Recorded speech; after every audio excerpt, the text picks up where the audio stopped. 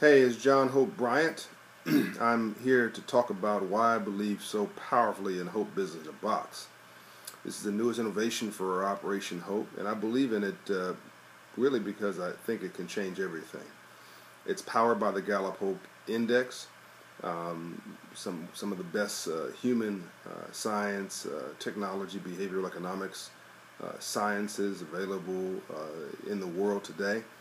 A 100-year commitment by Gallup, but none of that is sort of the turning point that has gotten me juiced about this, and why I think it can change everything, why I think it can crush the high school dropout rate, why I think it can juice and inspire graduation, why I think we can connect aspiration back to education.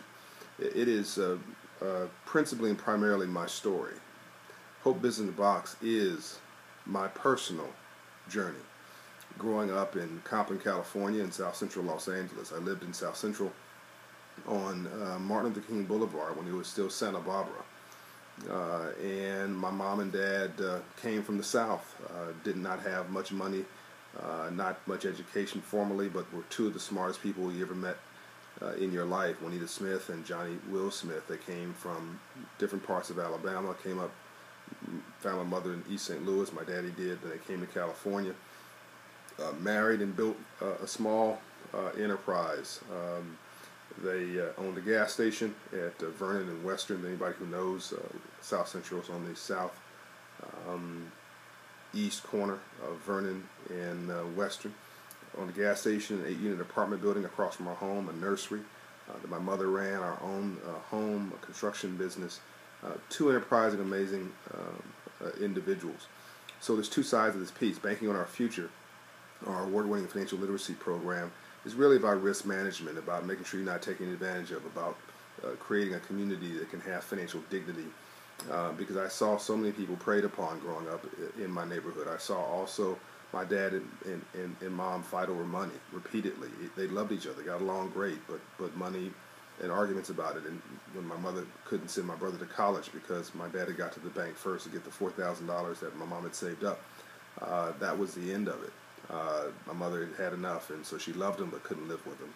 And so number one cause for divorce in America is money. Number one reason black and brown kids drop out of college, it's not academics, it's money. Number one reason for domestic abuse and how police officers get hurt in calls for domestic abuse, the source of those arguments are oftentimes money.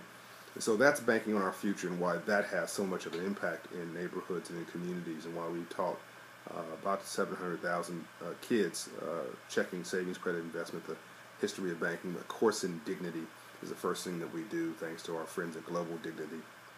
But that didn't speak to aspiration, didn't speak to where we were going, and didn't speak to output. It spoke to input, didn't speak to opportunity. It just spoke to risk management, not being taken advantage of, the basic dignity of the individual. Hope Business in a Box is the other side of that equation. It is your strength finders. It is not your weakness finder. No Child Left Behind. The federal legislation is, who can argue with legislation that wants you to prove you can read and write? But unfortunately, it is a weakness finder. If you're bad in math, it'll prove you're bad in math. If you're bad in English, it'll prove you're really bad in English. It underscores your weaknesses, and if you already have self-esteem issues, it just pounds your sense of I'm not important and I can't do this. The gallup-hope-index is really a strength finder. We had to find a powerful intervention strategy that would bring all that stuff together and juice the positive numbers, the positive outcomes.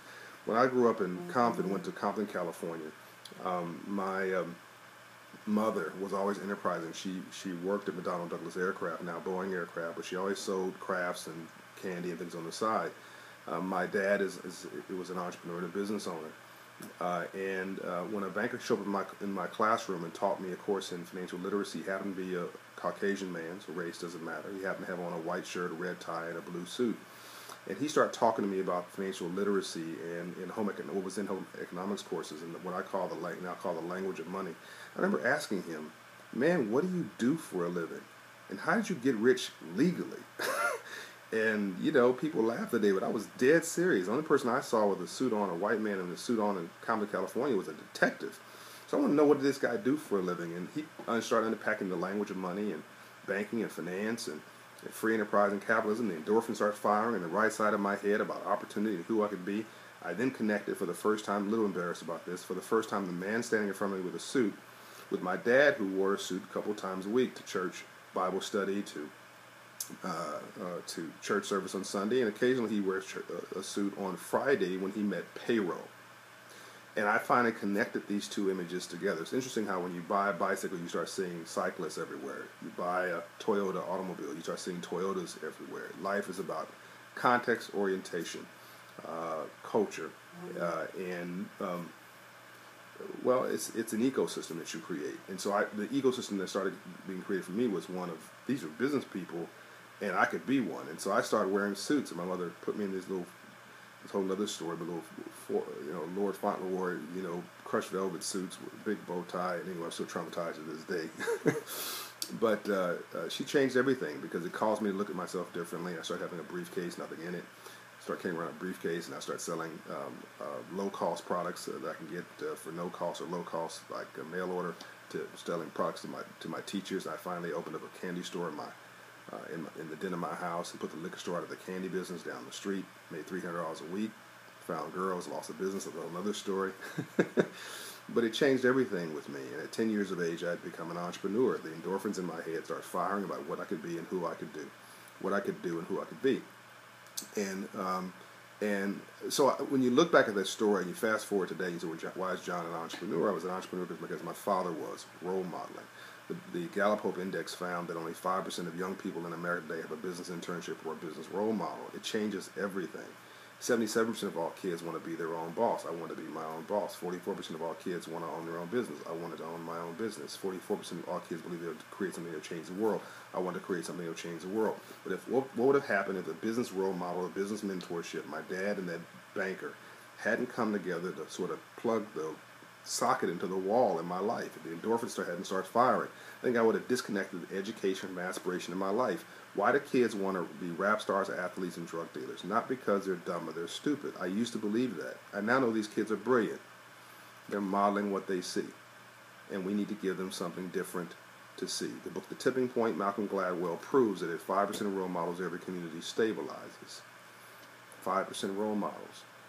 Where are we at with the gallup-hope-index? 5% role models. That's why America is at a tipping point and an inflection point. We're at a tipping point because if we go forward, we'll surge and we'll retake everything.